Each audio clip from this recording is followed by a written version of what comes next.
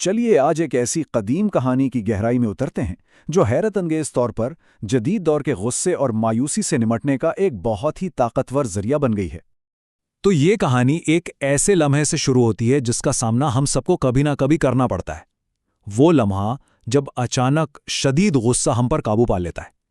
تو چلیے منظر کو سمجھتے ہیں، جو کہ قدیم تاؤست متن ژوانگزی سے لیا گیا ہے۔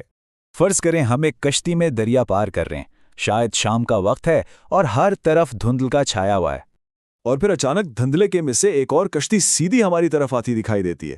ایسا لگتا ہے کہ وہ سیدھا ہم سے ٹکرانے والی ہے، اور ہم فوراً بازو ہلا کر چلاتے ہیں کہ بھائی راستہ بدلو۔ جب پہلی چیخ کا کوئی اثر نہیں ہوتا تو آواز اور اونچی ہو جاتی ہے، اور تیسری بار تک تو غصے اور گالیوں کا ایک طوفان امڑ پڑتا ہے۔ لیکن پھر جو نظر آتا ہے اس سے سارا غصہ ایک دم سے ہوا ہو جاتا ہے۔ بھئی آخر ایک خالی کشتی پر کون چیختا ہے جو بس یوں ہی بہاؤ کے ساتھ بہہ رہی ہو؟ تو بس یہیں سے یہ قدیم کہانی ایک جدید نفسیاتی ہیک میں بدل جاتی ہے، جسے آج کل لوگ خالی کشتی کا نظریہ کہتے ہیں۔ دیکھیں، اصل بات یہ ہے کہ غصہ ٹکرانے کی وجہ سے نہیں آتا۔ غصہ تو اس خیال سے آتا ہے کہ ٹکرانے والے کی نیت خراب تھی۔ جب ہمیں پتہ چلتا ہے کہ کشتی خالی ہے تو الزام لگانے کے لیے کوئی بچتا ہی نہیں، اور غصہ بھی غائب ہو جاتا ہے۔ تو یہ سوچ ہمیں سکھاتی ہے کہ ہر مسئلے کو ذاتی نہ بنائیں۔ اکثر ایسا ہوتا ہے کہ دوسرے لوگ ہمارے بارے میں سوچ بھی نہیں رہے ہوتے، ان کی کشتی بھی بس حالات کے بہاؤ میں بہہ رہی ہوتی ہے۔ لیکن کیا ہو اگر یہ کہانی دوسری کشتی کے بارے میں ہو ہی نہ؟ بس یہیں سے کہانی ایک بہت گہرا موڑ لیتی ہے، ایک ایسا نکتہ جسے اکثر جدید تشریحات پہ نظر انداز کر دیا جاتا ہے۔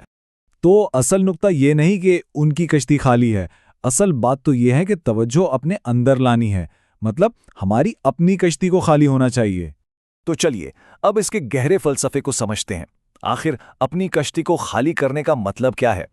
اس کی شروعات ہوتی ہے تاؤزم کے ایک تصور سے جسے شو کہتے ہیں، یعنی خالی پن۔ لیکن ٹھہریے، یہ وہ خالی پن نہیں ہے جس کا مطلب کچھ نہیں ہوتا، نہیں، بلکہ یہ تو امکانات سے بھری ایک حالت ہے، جیسے ایک خالی وادی جو ہر آواز کو اپنے اندر سما سکتی ہے۔ تو اپنی کشتی سے خالی کیا کرنا ہے؟ وہی سب کچھ جسے آج کی دنیا جمع کرنے پر زور دیتی ہے، ہماری انا، کامیابی کی دوڑ اور ایک پکی پہچان، یعنی اپنے آپ کو ان تمام لیبلز اور خواہشات سے آزاد کرنا۔ اس کی ایک بہترین مثال ژوانگزی کی بیکار درخت کی کہانی ہے۔ وہ کہتا ہے کہ بیکار درخت اس لیے بچ جاتا ہے کیونکہ اس کی لکڑی کسی کام کی نہیں ہوتی، یعنی اس کا بیکار ہونا ہی اس کی سب سے بڑی حفاظت بن جاتا ہے۔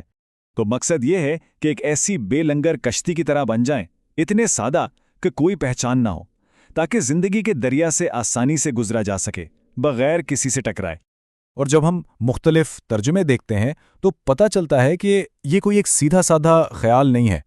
ہر مترجم نے اس کی الگ گہرائی کو پکڑا ہے جو اس کے فلسفے کی وسعت کو دکھاتا ہے۔ تو اب سوال یہ پیدا ہوتا ہے کہ اس قدیم حکمت کو آج کی دنیا میں کیسے اپنایا جائے، ایک ایسی دنیا جو ہم سے ہر وقت بھرا رہنے کا تقاضا کرتی ہے۔ تو دیکھیے، اس کہانی کی دو سطح ہیں۔ پہلی، ایک نفسیاتی ٹول کے طور پر، یعنی دوسروں کی کشتی کو خالی سمجھیں تاکہ اپنے غصے پر قابو پا سکیں، اور دوسری ایک گہرے فلسفے کے طور پر، یعنی اپنی کشتی کو ہی خالی کر لیں تاکہ تنازع کی جڑی ختم ہو جائے۔ تو فرق صاف ظاہر ہے۔